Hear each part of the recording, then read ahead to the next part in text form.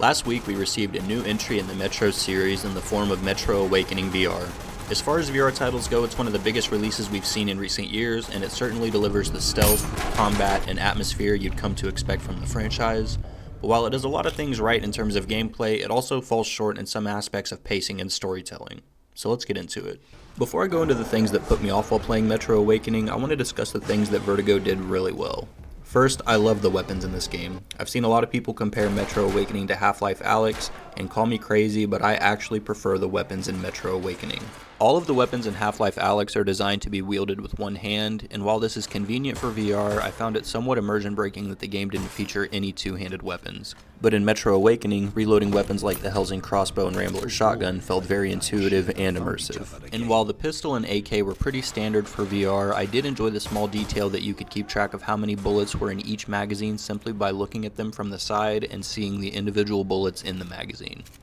Speaking of keeping track of how many bullets you have, I found the backpack inventory system to be very intuitive. Ammo amounts for each weapon are clearly visible at the top of the backpack, and items such as grenades, the gas mask, and lighter are all neatly organized and easy to access. Reaching over different shoulders to access items as opposed to weapons was a little strange, but I think it worked overall, and having guns stored in the order they were unlocked made it easy to remember what you were reaching for in tense situations. Using all of the weapons was really satisfying as well. Whether you were using stealth and the butt of a weapon to knock an enemy out or going guns blazing, the combat felt really satisfying in most situations. Personally, I wish they had leaned a little bit more into gunfighting and sneaking around human enemies and a little less into fighting waves of lurkers or walking down spider-infested hallways.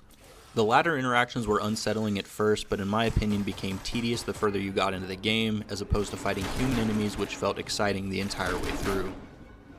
Lastly, I found the atmosphere, music, and overall sound design to be very fitting, and there were numerous times that I had to stop and appreciate how well all of them were coming together.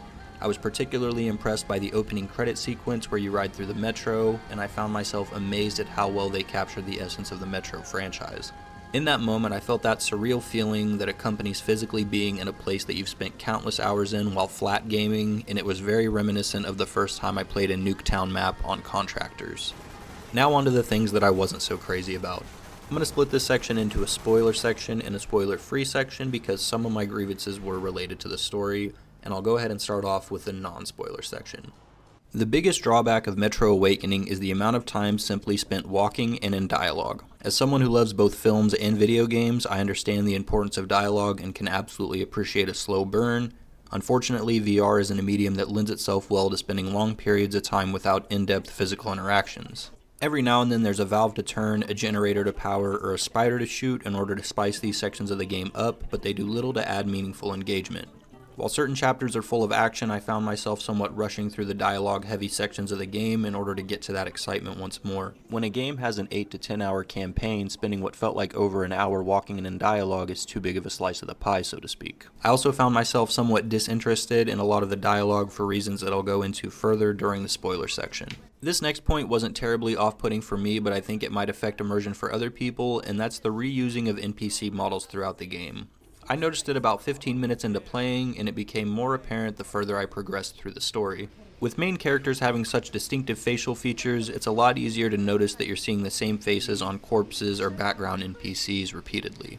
My next main concern with Metro Awakening is the time to kill on weaker enemies. I played on the hardest difficulty, and lurkers could tank as many as 7 or 8 rounds from an AK before dying. Enemies became stun-locked or staggered, and at times I couldn't even tell if bullets were doing damage anymore.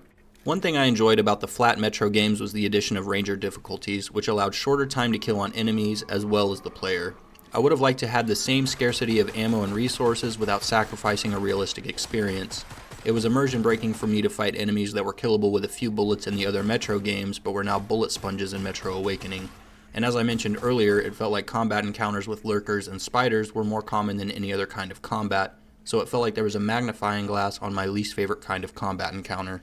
We are now entering the spoiler section of the review, so if you haven't finished the game, I highly recommend pausing here and coming back after you've beat it. I can hear you in there. Along with feeling like I spent too much time walking and in dialogue, my other main concern about Metro Awakening is that I wasn't able to stay invested in the story the longer I played. I was initially hooked because despite being similar to Exodus, Sadar venturing into the Metro to find more medication for Yana is a great jumping off point. However, as he gains the ability to communicate with the dead or begins hallucinating depending on what your philosophical outlook is, the story started to lose me. My main grievance is that it takes away a lot of the stakes in the game. If you're able to communicate with Petya after he's died, what does it matter if Yana suffers the same fate? How can there be emotional weight on her being stabbed in front of you if you're able to speak with her right after? It reminds me a lot of American Horror Story Season 1. Once you know that everybody's going to live in the house forever, even after they die, it didn't have much impact that Ben died. I think using dead characters like Oksana and Petya could have been an opportunity for attachment to living characters whose undetermined fate was a point of tension and uncertainty throughout the story. Maybe it's because I'm not a fan of the paranormal, but the reunion of Petya and Yana felt pretty flat emotionally for me. I was also pretty unhappy with how the combat sequences toward the end of Metro Awakening played out, one of which you enter a large room and are given a ridiculous amount of ammo for every weapon in the game.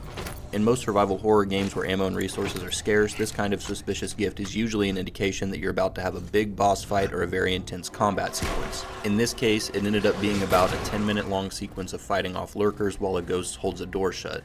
Toward the end of the encounter, I was frantically firing my crossbow, not out of immersion, but out of fear that I'd have to restart completely and have to fight off lurkers for another 10 minutes. The last combat encounter of the game was also very underwhelming. You're getting attacked by the worm cult followers, and you're using the same mounted gun you used during the first combat encounter and throughout the whole game while riding in the Metro. But in this scenario, enemies aren't running at you as the Nosalis did, but rather pop out of behind cover like Time Crisis enemies. After the slow pacing of the second half of the game, I expected some kind of grand finale that would serve as a payoff, but unfortunately was met with a barcade-style shootout. All in all, I think Metro Awakening is a good game with a lot to offer, but I think it had a handful of problems that prevent it from being as good as it could have been. I hope that Vertigo develops another Metro VR game in the future, as I think the core mechanics of the game are exceptional, but I hope if there is another Metro VR game that it focuses more on the harsh reality of the people living in the Metro, rather than those that have already died in it. If you enjoyed this video, don't forget to like, comment, and subscribe, and I'll see you guys next time. Take it easy.